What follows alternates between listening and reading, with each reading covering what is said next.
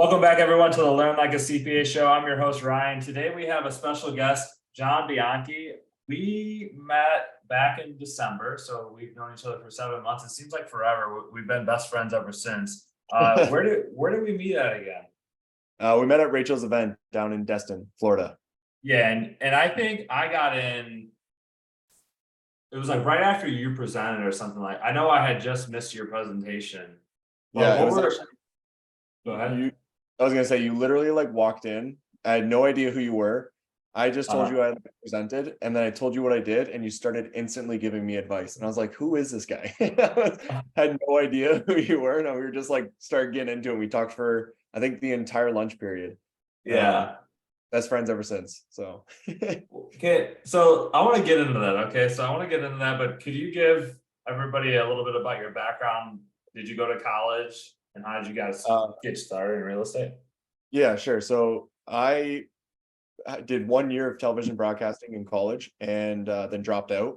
I thought I was going to be in television broadcasting, didn't care for it. Then realized I wanted to start a business, started in financial investments, did that till I was 24, was managing $10 million, hated the day to day. So I left it to get into the Airbnb game and was started off with like rental arbitrage and management and got about 15 plus properties in Chicago. COVID came around, wiped that out. I sold it off to somebody else.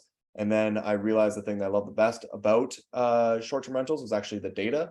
And that was like the thing I did best. And so I started a consulting company around that and have been slowly building that up organically. But nowadays I am the head of data for TechVestor, which is a short-term rental investment fund that's raised somewhere like around $50+ million and bought over 100 homes. And it's my job to analyze all the data, figure out the best markets, what's the best thing to purchase, how to maximize the revenue. That's what I do with TechVestor on a day-to-day basis, but I also still have that consulting firm where I'm helping other individuals buy profitable short-term rentals. So that's my background and how I got to this point. The way, like when it comes to real estate, how I got into real estate, it was with Airbnb, just with Airbnbs, with rental arbitrage, and trying to figure out a way to build up a business off of a cash flowing asset or cash flowing business more so than assets. Arbitrage is not an asset. And so you mentioned something in there. I think it's important to kind of bring it to surface is that you were managing this Airbnb portfolio that you eventually sold off, but how long throughout that process did you realize that understanding the data was something that you truly enjoyed and loved to do? And you're just like, let me just only do this. Okay, so I realized it. I would have started in 2018 and I probably would have realized it in 2019. The guy, Brian Page, he's like the OG of rental arbitrage. And he had me as a special guest on his podcast one day. And I explained to him how I had found these certain properties, how much they're making, the process that I went through. And he was kind of blown away by it. He's like, I haven't seen anyone kind of come up with these numbers before, right? And then I started talking to a bunch of other people and I realized none of them also knew how to do it either. And so I was like, okay, well, clearly I'm doing something different. So that's when I kind of realized it. But that would have been 2019. It wasn't until like probably 2021, where I had talked to enough people where people were starting to refer other people to me. And they just, the consulting business literally came from just so many people reaching out to me that I realized that there was a lot of people that needed help, and I figured out a way to build a business around helping those people. And so 2019 was when I realized it. 2021 was when I turned it into something. Mm-hmm. And that's kind of along when you realized that you had the ability to do this at a pretty high level and uniquely do it, because I don't think there's anybody else that can do it quite like you can. Yeah, what I think I realized was that I obsessed over the data. Like I realized how much of a love I had for understanding Airbnb data to be able to come out with an answer, and then that like the answer being like a profitable property, and then seeing that property come to life, right? Like that, I kind of obsessed over that. And then I think what really, really, really kicked it off was I made this little course that I was going to try and sell, but then realized that it was way too small of a course, really wasn't all that great, and I had no idea how to sell the course. And so I just tossed it onto YouTube, and I was like, I'm just going to give it away for free. If people enjoy it, great. And then like thousands of people went through it and watched it and started reaching out. And I was like, okay, I clearly have a good understanding of this stuff over other people. So I should figure out a way to help more people.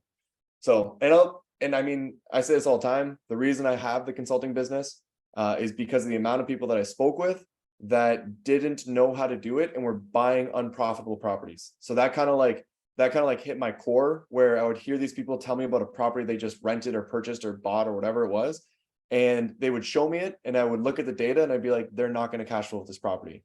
And so that's sort of like the whole reason for the business, is to make sure that people don't do that ever again. See, thanks for bringing that up, because I was thinking about going here. I mean, so I'm more on like a tax and financial side. So a lot of times people come to me once they've already acquired the property, and then they're trying to figure out how to save money on taxes, and I help them implement strategies. And Yeah. I can't tell you how many times I'll look at people and I'll say, because one of the first questions that I ask is how much did you spend on it, and how Yeah. much do you think it's gonna gross? I talked to somebody the other day. They're like, oh yeah, I think we paid 450, and we'll probably gross about 40K this year. We'll probably Oh gross my, about 35, 40K this year. And I'm just like, part of me is like, yeah, I can help you from a tax perspective, and like I'll save you a boatload of money on taxes on that property, but somebody should have been helping you from the start to not even actually buy this property in the first place. You know what I'm and saying? so I know exactly what you're saying, and that's to a T why I have my consulting business, is to ensure that people don't do that, right? Like I offer, I've got 3 free courses on YouTube that help people navigate the data to not make that mistake. Then on top of that, I offer data reports, which I refer to as profit maps, that gives them all the data to be able to get that answer.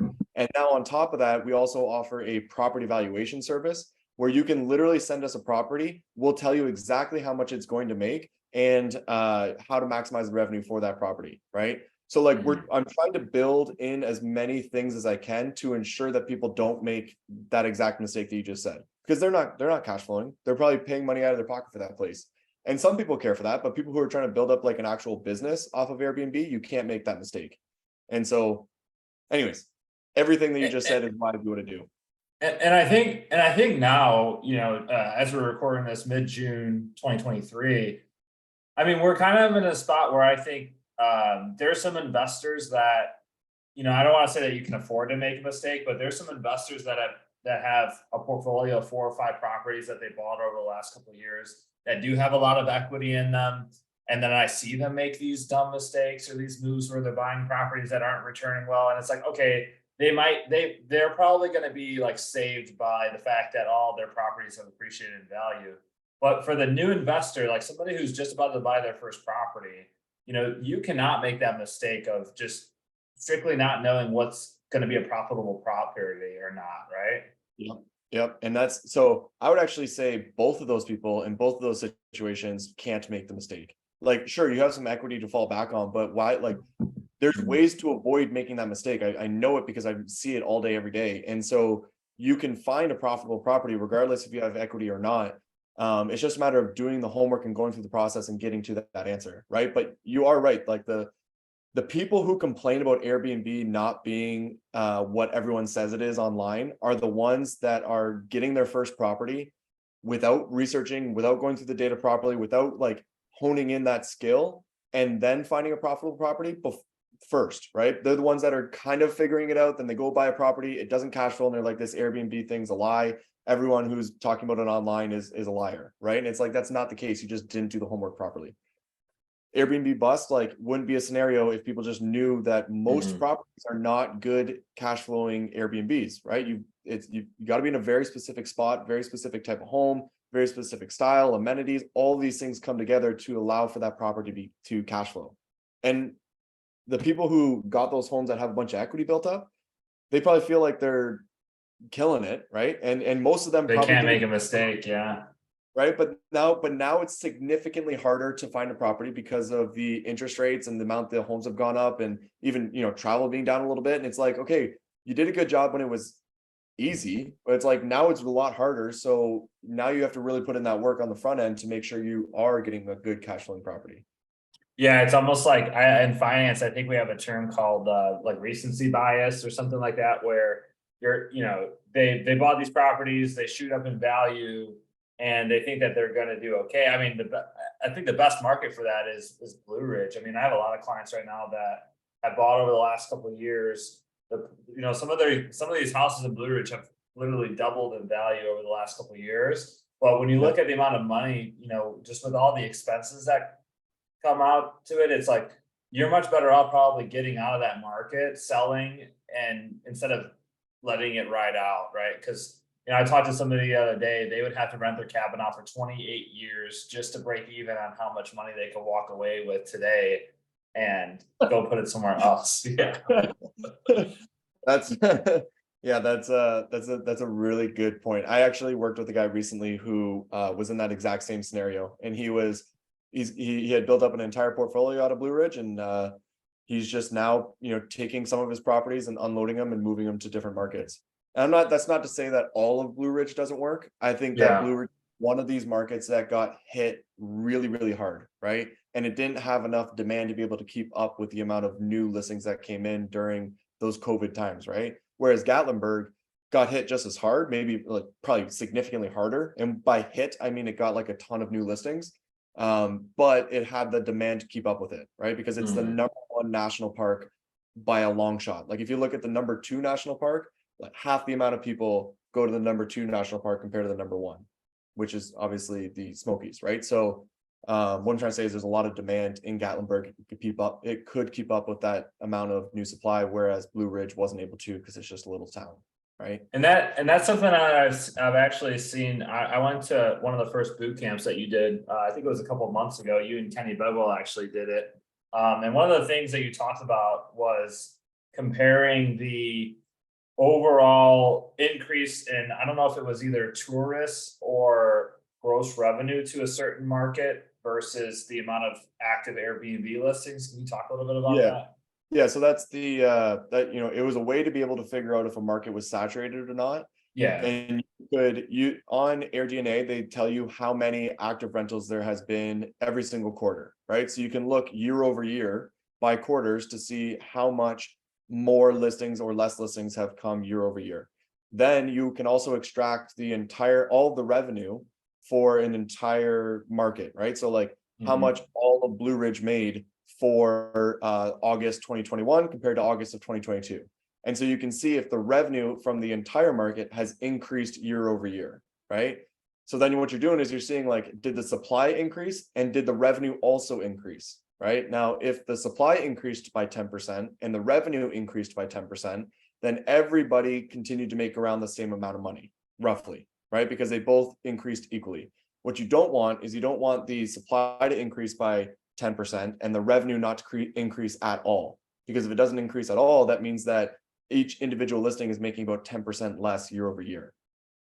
Right? Does that make sense? That's Yeah. when you know it's saturated. When there's Mhm. more, when the supply increases over in comparison to the revenue increase. And you're looking at that on a year by year basis?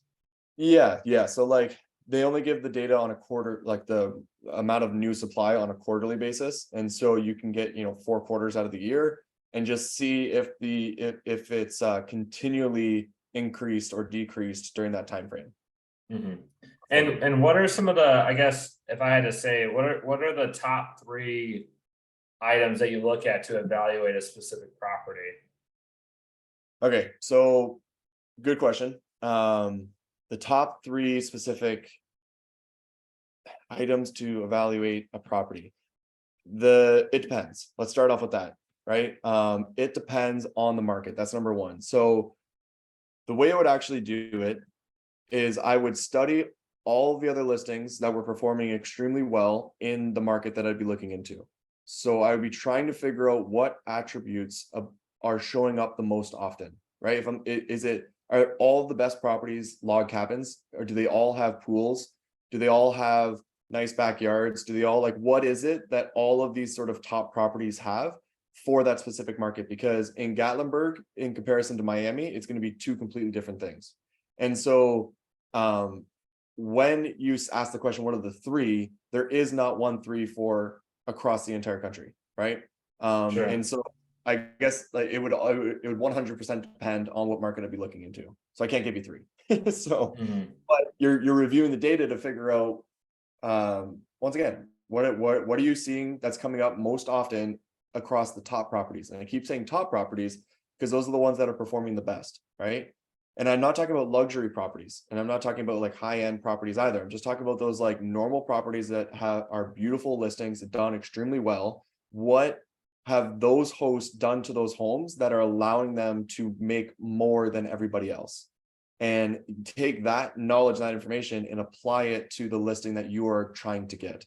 Because that's how you're going to compete in that market. That is your competition. You want to be able to compete against them. Does that make sense? So when you're looking at this, how much of it is actually scraping the data and how much of it is looking at each listing and saying, does this kind of meet the eye test? Combination of both, right? So first you need the data to figure out who's the top property, right? Sure. Who are the people at the top? So whenever I am analyzing a market, I get all the raw data through my profit maps, right? And then with that, I organize it by who's making the most to who's making the least. So I can see within that market the top properties, whether there be like 1,000 or 200, I can see in order who's making the most to who's not. And then what I'm doing is I'm going through each one of those listings and I'm making notes on everything that I'm seeing. But I'm specifically looking for, once again, the homes that are not luxury, not high end, but just an average home with an extremely well designed, put together listing. And I'm trying to understand those listings better because that's what I refer to as like the inefficiency within a market, where you can take a home and make it done so beautifully well that it competes with a luxury property. Because the guy who has the luxury property is just banking on the luxury of the home and doesn't really do all the additional things that you need to do to increase the revenue of that home. Does that make sense? Yeah, and one of the modules of yours that I sat in on one time was you were talking about looking at a set of data and you were able to pick out kind of like which ones you consider junk, whether it was they were, the revenue per night was super high because they only had it listed, however many nights out of the year, or like you were able to pick outliers. How does that process work, I guess? Okay, so you're referring to what I call bad data, and I have to now call it useless data because it's still Okay. you got in trouble for calling it bad data, but we're gonna call it useless data. Okay, so what, and I talk, it's funny, like I literally talk about this on every single podcast. So anybody who's listened to a bunch of my podcasts is probably like, here he goes again, right? But bad data is one of the number one things that you need to avoid when you're going to be looking at data. And what bad data is information that is incorrect but looks real, right? So let's start off with good data. What is good data? To get good data, you need these platforms like AirDNA, STR Insights, all that stuff to be tracking the listing on a daily basis for over 250 days. Because the way that their algorithms work is that they record the listing on a day-by-day basis. They record the calendar. They figure out exactly how much that person has it listed for. And then they come back the next day to see if it got booked or blocked or not, right? So if you have a day available for $100, they record that. They come back the next day, it's blocked. They assume you just made $100, right? And then they're going to do this every single day. And so you need them to do it for almost a full year. I go 250 days or more. And that's going to tell you generally how much that person made during that time period.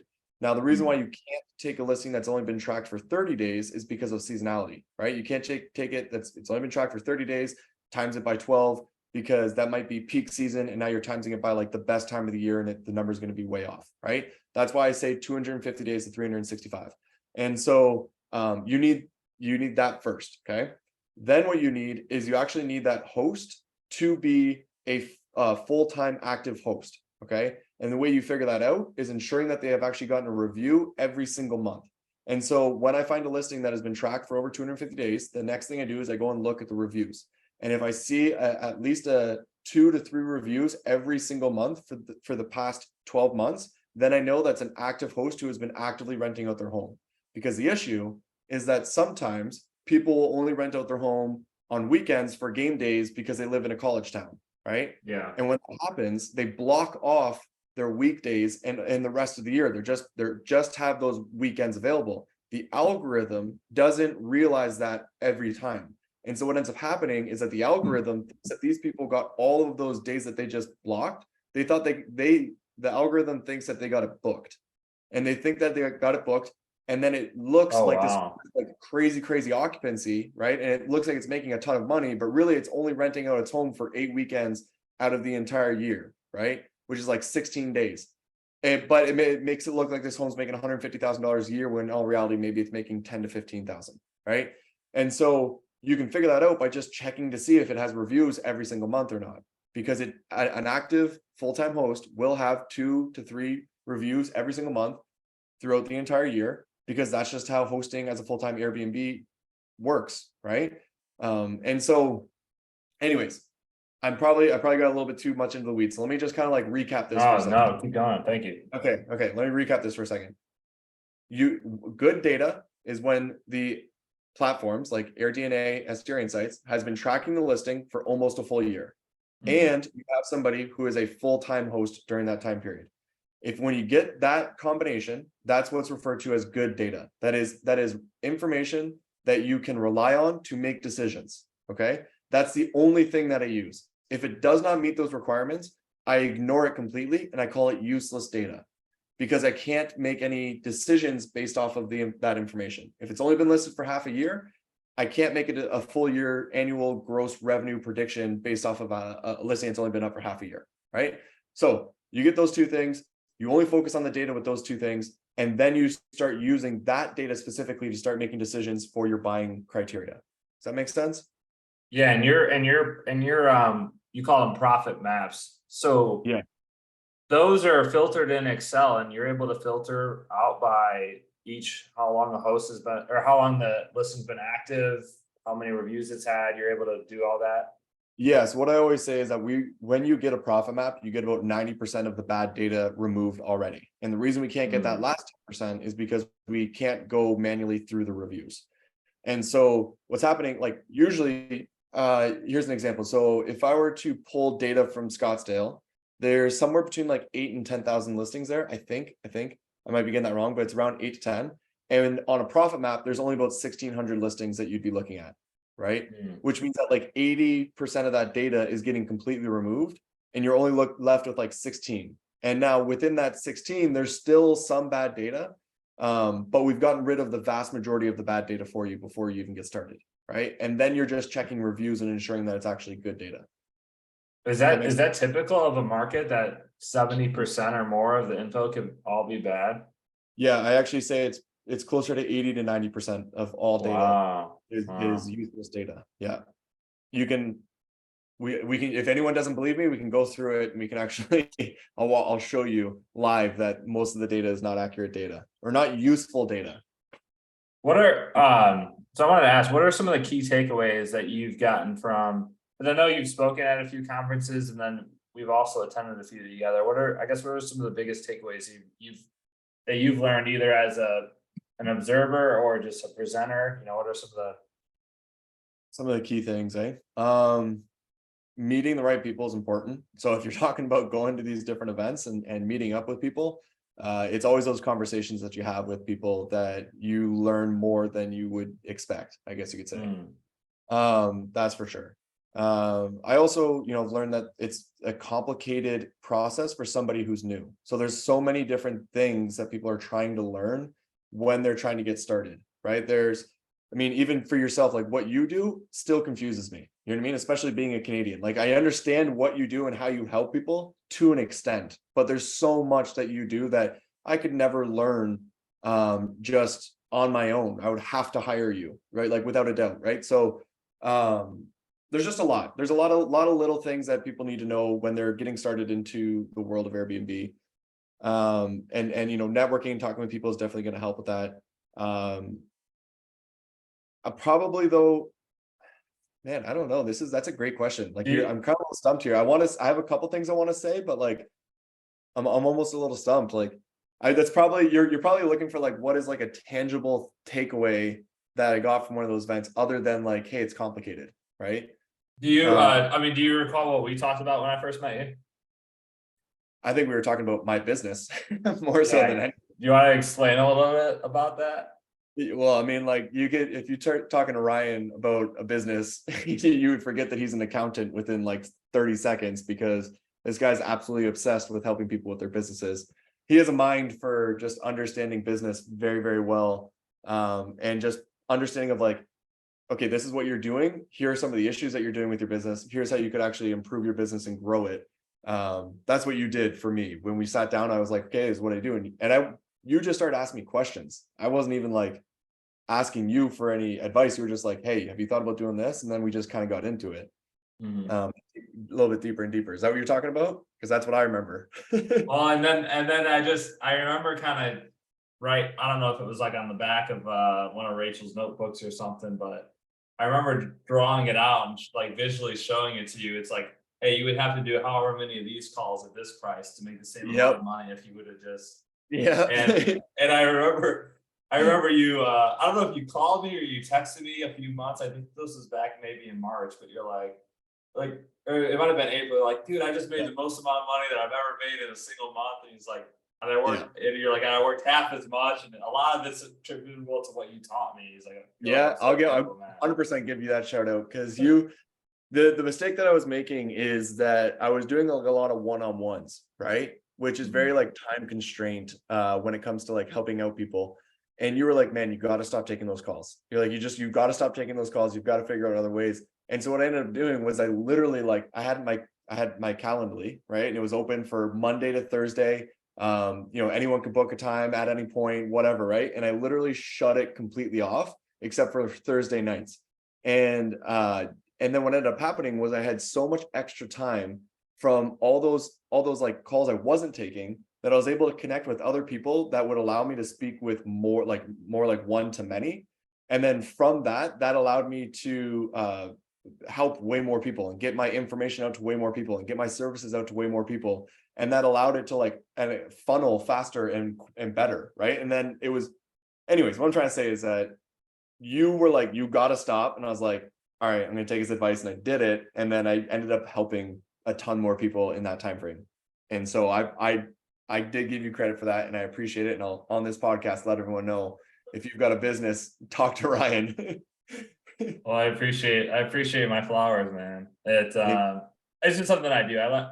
I see a lot of people that are givers at heart and entrepreneurs, and I see some, because we can't help everybody, right? Like, you're not going to sit here and get on a call with, 10,000 people, Airbnb investors, and help them. There's just only so much you can do. So you kind of set up that system and scale at mass to be able to help and influence other people. So Yeah, well, like, people might be listening to this and be like, well, I want that one-on-one and whatnot with you to be able to like go through my direct issues. And it's almost a little selfish to think that way, because there's so many people that need to hear some of the information that you or I are providing to them, so that they don't make the mistakes. And every time we get on these one-on-one calls, it's killing the amount of time that we could be creating some sort of content that gets out to thousands and thousands of people, right? That helps them make one less mistake, or whatever it may be, or gives them a different idea that could go in a certain direction, right? And so I believe that strongly now. And so like I try to hold my time very tightly to ensure that I am doing things one to many. And then, if I have to, like, I will get on the call if I have to help someone with a certain scenario. But for the most part, just trying to reach out to as many people as possible. yeah, I think when you put it that way, it's like the time I'm spending one-on-one, I could have spent doing a webinar teaching 50 or 60 other people at the same time. So, Or exactly, right? And or like having the mental clarity to be able to work through a complicated problem, which you then eventually turn into a process that you then eventually put into a course that you give away for free on YouTube, right? Like that I think that sort of mindset helps more people in the long run. I think so. 100%. Yeah. Well, man, it's been a lot so far today. Where can listeners of the podcast show get in contact with you?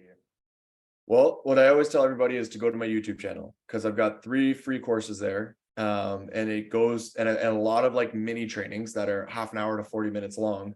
And it's a ton of content about a lot of different topics, all revolving around Airbnb data, proving how if you understand the data, you can make better purchases or increase the revenue of your current Airbnb. So, if you want to get to know me, and if you want to get to like understand my brain a little bit better, just binge my entire YouTube channel and everything that I have there for you. That's the reason I put it out there. And then from there, you'll find me everywhere else. So I'm at the Airbnb Data Guy, and you can find me everywhere else. But start with the YouTube and learn everything you can from there. Got it. Awesome. Thank you so much, John. Yeah, thanks, man.